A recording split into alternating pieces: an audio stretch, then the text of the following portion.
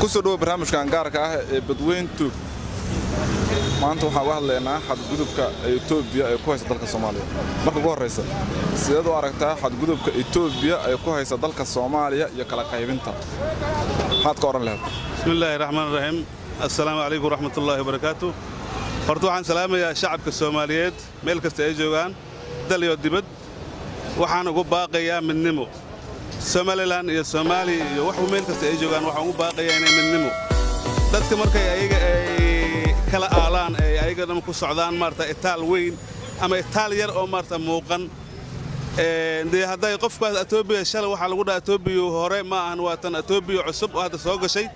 ma ahan Itoobiya kuwii hore Itoobiya waa bacda Soomaalida waa bacda Soomaali cusub Itoobiya cusub waa maarta wadanka soo galayo heshiisa wada la wada saxdayo oo aad okay lagu wada noolaanayaa la isku ogaay Somaliland iyo Soomaaliya meel ay kula marmaan male marka sidoo nin iyo naag ninkii ama wili aabiis ninkii soo gala dhaxgalo oo wili aabiis is dagaalay dad kala soo dhaxgalay oo ama wiilkay u hiiliyeen ama aabay u hiiliyeen waxa waaye waa lumay abaan Itoobiya waxaan dhihi lahaay daris wanaag hatta xigeliso waxaan dad aniga oo dad darisaanahay oo dad islaamaanahay maarta aniga naadka Soomaaliya Somaliland waa anaga Somaliland marna ma ka maarnaan ma faanta Itoobiya wax waaye waxaan jeclaanahay inay ayada ay daris wanaag iyo sida ay wada dhaqanka iyo inay taxgeliso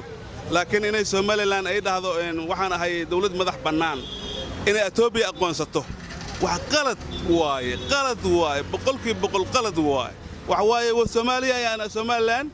wax yar oo madaxweynihii hore gobolkaas ay waxay iska hor imaadeen ayaa jiray waxaasna madaxweynihii waa dhintay wixii waxaas oo dhan shacabka Somaliland ayaga boqolkiiba 99 waxay taageersan dawladda Maxamed Cabdullaahi Farmaajo ma faantay in ay wax yar oo hadda ay dadkaas qaar ka mid yihiin ayaan dawladda Somaliland ku madaxweynaha ka ama wasiirada waxaan dhihi lahayn shacabka yar ama shacabka Somaliland shacabka loo fiiriyo shacabka koonfurta badan wili waxaan jecelnahay annaga inaan aan idin soo dhaweyno oo anaga shalay qaladka ma gelin dawlad baad gashay shacabkan qaladka ma gelin waxa gala dawlad oo wadanka ka talaysa wasiirkaas anaga la amray waxaas qaladka laakiin shacabkan waa shacab niyub oo hadda dhasheen waay colaadna idin ma qabno qorin idin ma qaadan karno diblomaasi inaan nabad ku noolaataan aan jecelnahay laakiin haddii aad idin dawlad gooni agtiina ay idin dhahdo madax bannaano waa aqoonsanahay oo aad ogtiina Itoobiya anaga maarta waxaynu soo dhaxmaray abaande waxaan soo dhaxmaray xadgudub dagaal soo dhaxmaray abaande waxa loo baahan yahay in aad Somaliland waxaan u dirayaa salaan aad weyn oo waxaan ugu baaqayaa in ayaga ay wada hadalno oo wada hadal ba ogolnahay dawladda Itoobiya waxa ugu baaqaynaa fargilin iyo waxaas gobolada Soomaaliya oo meel ka mid ah ana ismaamulka Soomaaliyeed wax ka dhigi kara laakiin gobolada kale Soomaaliya inay dhahdo Itoobiya Somaliland waa aqoonsan waa qalad wasaarayna cusub Itoobiya nin aad u sharaf badan oo u naqaana oo dad fara badan ku guuleysay dawladda Itoobiya fara badan oo mucaarada isku kooxeynay oo mid ka dhigay tanna inuu midnimada Soomaaliyana ilaaliyaan ugu baaqaya assalaamu alaykum waraxmatullaahi wabarakaatuh abba su'aal kala ku diina Somaliland wuxuu sugaysaa 30 sano ku dhawaad inay noqoto waddanka madax bannaan Soomaaliya ma qalantaa ama ma mudantaa maanta in dawladda Soomaaliya uu hogaamiyo Maxamed Cabdullaahi Farmaajo uu aqoonso qaranka madax bannaan Soomaaliya inteeda kale السلام عليكم ورحمة الله وبركاته حدو مدحوينه محمد عبد الله فرماجو oo u aqoonsado Somaliland madax banaani xisaabtan shacabku oo Soomaali weyn la xisaabtan madaxweynaha ayaa jiri doonto Somaliland hadii loo aqoonsado madax banaani waa qalad qaranka laga galay annaga ma ogolin Somaliland in loo aqoonsado dawlad madax banaan in annaga naga madnaqato annaga jecelba walaalka hadoo annaga jecel intee naga orday annaga jecelba waxa waaye aniga ma ka maarino Somaliland السلام عليكم ورحمة الله وبركاته ku soo dhaw walaal barnaamijkan gaarka ah sida u aragtaa Itoobiya in dalka Soomaaliya ku sameysay xadgudub kala man qaybiso wadanka waa maasanta walaal wayda salaamaya marka hore arintaas ayada Itoobiya in badan waxay ku fikiraysay amaba ay aaminsan tahay inay Soomaaliya iyadoo ay Soomaaliya gobol Itoobiya kamid u yahay oo ay rabto inay dib maragtaay wadankeeda ugu darto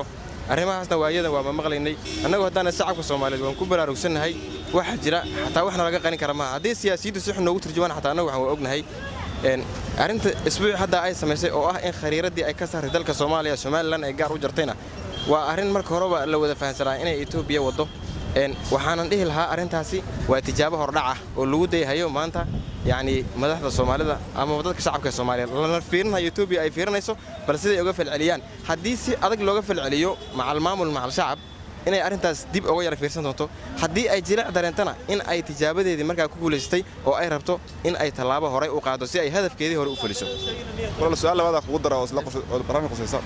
su'aasha labaad waxay tahay sida u aragtaa in Itoobiya oo aqoonsato Soomaaliland wadan ka madax bannaan Soomaaliya inteeda kale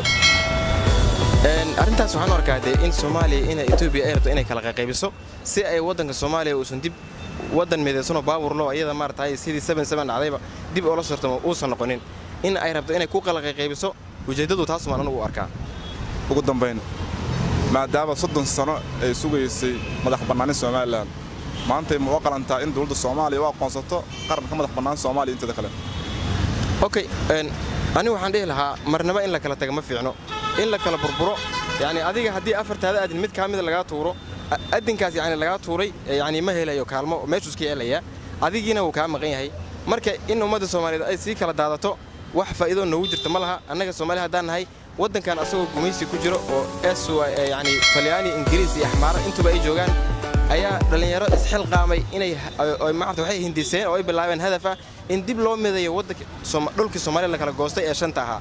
ayadoo uu gumaysi kala duwan joogo maanta uu gumaysi kala duwanaayo xoog iyo fikrad labaduba la taagna uu meesha joogin oo wadankii qayb kamid ah uu xor yahay oo hindisihii yani ay SWL loo dejisay inaan ka soo laabano oo dib loo sii socdo waxa ay la tahay waa arrin dadka aadka u qalbi hooseeya ku fikirayaan Somaliland in ka badan 30 sano ayay doonaysaa madax bannaani ama xorriyad ay ka madax bannaanato Soomaaliya inteeda kale ma kula tahay ma soo jeedi lahayd ma kula tahay lahayd dawladda Maxamed Cabdullaahi Farmaajo oo hogaamiyo shacabka Soomaaliyeed in Somaliland la siiyo madax bannaani ay ka madax bannaan tahay Soomaaliya inteeda kale horta horeniyow su'aasha ay weydiisay waa su'aal fiican oo aad u habboon waan ku maasan tahay magacay muxuu ahaa maxamuud ariga Faysal Cusmaan baa la yiraahdaa Faysal Cusmaan gaadhi baa la yiraahdaa waxa weeye walaalle su'aasha ay weydiisay su'aal fiican weeye Soomaaliya hadda koor waxa ka go'day Djibouti Somaliland waxay raadinaysaa inay go'do Somaliland ma go'ayso mana go'i doonto Soomaaliya waxay Somaliland ku go'aysaa koonfurta dadka koonfureed iyo shacabka Soomaaliyeed iyo ra'yiga ay qabaan haday u ogolaadaan inay go'do oo walaalaheed weydiisato way go'i karaan laakiin si kale ay ku go'i karto haba yaraatee ma jirto Somaliland waa dad fiican goon u shaqaysata waa loo ogyahay oo waxay tahay iyo waxay guddo waa loo ogyahay Somaliland haddii aad su'aasha ay weydiiso kama go'i karto oo waxaysan uga go'i karin Soomaaliya maanta waxaa la marayaa bishii 28 sano la marayaa burburkii dawladda Maxamed Saad markay burburtay hadday go'ayso mar hore go'leed Ingiriiskeena ka daba wareeganaysa inta waxay raadinaysay say ku go'do waana waxa la yiri ma go'i kartid baa la yiri Somaliland hadda aad go'aysana waxa la yiri walaalahaaga Soomaaliyeed weydiiso waxay ku go'i karin waa taas waxaana rabaa Soomaaliya sideeda hore iyo si toosan inay ku socoto mana go'ayso wax godnay leeyahay ma jiraan taasana anu amisalaam assalamu alaykum warahmatullahi ku soo dhaw barnaamijkan gaarka oo naga hadlayna maantay xaaladda taagan Somaliland ku dhawaad 30 sano ayay sugaysaa inay noqoto wadan ka madax bannaan Soomaaliya inteeda kale sida warata Somaliland maadaama ay 30 sano ay sugaysaa madax bannaani dawladda Maxamed Cabdullaahi Farmaajo hogaamiye ma kula tali lahayd inuu aqoonsato qaran ka madax bannaan Soomaaliya inteeda kale وما سنتهاي أدونا أدبر سلووني برنامج كان رهانتي أنا كنت في هذه أنفع عبر سوماليلاند إلى قادته دولة نمو كنت أدبر سلووني وحنا قصة ويني وحول بسبب اللي سوماليلاند وحي هنان تاجنتهاي كلا ضمبين وحي قاعدي وين مان وين فود مركان رهانتي أدبر سلووني ماذا حبنا نذا سوماليلاند وتاتنا نصوبينيو iyo nabadda iyo dastuurka iyo kala dambeynta ka jirta wax walbana sabab iyo waxay leedahay yaani wasiilo loo maro hadii waxa weeye wasiiladaasi ay dadkaasi ay noqoto kuwa buuxiya markaasi waxay u qalmayaan in lagu dhawaaqo madax bannaanidii aad baan u mahadsantahay ugu horreyn ku soo dhawow Badweyn Tube adoo ku bilaabaya magacaaga su'aasha ku weydiin doono waxay tahay sidaad u aragtaa xadgudubka iyo kala qaybinta Itoobiya ay ku wado dalka Soomaaliya magacaygu ugu horreyn waxa way Cabdifataax Cabdi Cali waxaan u arkaa aniga Itoobiya gardaro ay nagu soo aaday waaye waa inaan iska celinaa aan soo baraarugnaa haddaan Soomaali nahay hurdo ayaan ku jirnaa ma fahantay awal qaati waxaan ka taagnay Kenya haddana Itoobiya ayaa nabad darsantay madaxdeena iyo ra'iisul wasaaraheena iyo shacabkeena waa inay kacaan waa inay iska celiyaan waayo waxay u soo socdaan dhulkeena Soomaaliya waxay nagu haystaan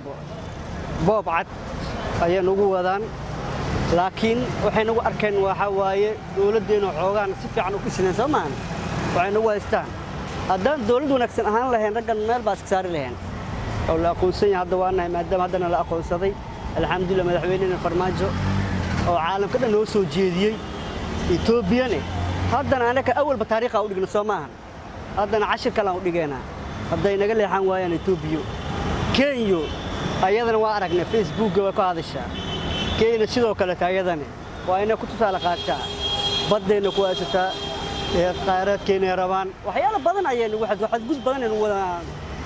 laakiin beesha caalamka waxaan leenahay Itoobiya iyo Kenya waxay nagu wadaan xadgudub waa inaan iska celinaa ma fahantay marka Soomaaliyeena waxaan leenahay madaxweynaheena iyo ra'iisul wasaaraheena Soomaaliya idin waxaan leeyahay wadada ka kaca dadkan waa inaan iska celinaa oo khayraadkeena iyo badeena rabaan okay waa inaan iska celinaa dadkaas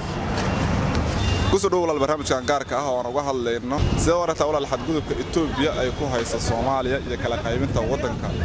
maxaad ka dhihi lahayd السلام عليكم مركو ريتا أنا مقعي كم بلاوي عدنان محمد آدم كم قعدر مقوسته waxaan u arkaa arin aad u farxum teeda kale Itoobiya isbuucan gudihiisa waxay sameysay laba qadaad oo aan loo dul qaadan karin oo waliba wasaaradda arrimaha dibadda ay soo saartay ee beeshkeeda ku daawacday oo wax la ogsoonaya cadan oo baan ay sameeyay oo hadda raadin ama cadeemo loo raadinaysan sida daraadeed dawladda Itoobiya waxaan wax ay hore u soo raadinaysay manhajkan iyo waxaan ay hadda soo saaraysa arkaysid waa wax hore u qornaa oo loogu talagalay Soomaaliya in lagu kala qaybiyo shalay mar haday Afrika naga saartay ku darasta dalkeeda maanta labada gobol ee Soomaaliya ee ka kala dhigtay labada dawladood waa Puntland iyo Somaliland waa wax hore u soo qornaa soo jirana cadaaltinimada ee noo qabteen Itoobiya naftiisa su'aasha labada ku weydiinaa waxay tahay ma ku saxan tahay Itoobiya in Somaliland u aqoonsato dalka madax bannaan Soomaaliya inteeda kale su'aal kale taas inay ku saxan tahay ma aaminsani teeda kale walaaleen Somaliland mar walba waa dad Soomaaliyeed waa isku luqad isku dhalashaan dad isla wada joogaan aanay marka taas sinaba ma ku saxano way dhici kartaa adduunyada inay wadamo kala go'an oo wadamo badan kala go'an sida Suudaan oo kala Suudaan gooday laakiin wax walba waxay leedahay wadooyin iyo abraac loo maro maanta xaaladda Soomaaliya ku jirto oo xilliga isku soo hagaagay ama Soomaaliya saraajineed haddii wadanka kugu sokeeyo oo Itoobiya ogna wuxuu yahay animi Soomaaliya oo soo jireen ah maanta inuu u aqoonsado waa mid aad ugu qaldantaa saacad hada ku dinta ugu dambaysa waa Somaliland maadaama 30 sano ay sugayso xorriyad ama ka madax bannaan ee Soomaaliya ka madax bannaanaato ma istaayishaa maanta in dawladda Soomaaliya oo hogaamiye Maxamed Cabdullaahi Farmaajo ay u aqoonsato qaran madax bannaan aad iyo aad waa su'aal muhiim ah waxaan aaminsanahay maadaama dawladda Somaliland ay tahay dad in kasta oo wax walba ay ka jiraan haddana dawlad isku tashato dad isku tashta ay yihiin oo meel gooniya degan maanta ani ahaan hadda ahaa waxaan qabaa fikirka ah in loo ogolaado madax bannaani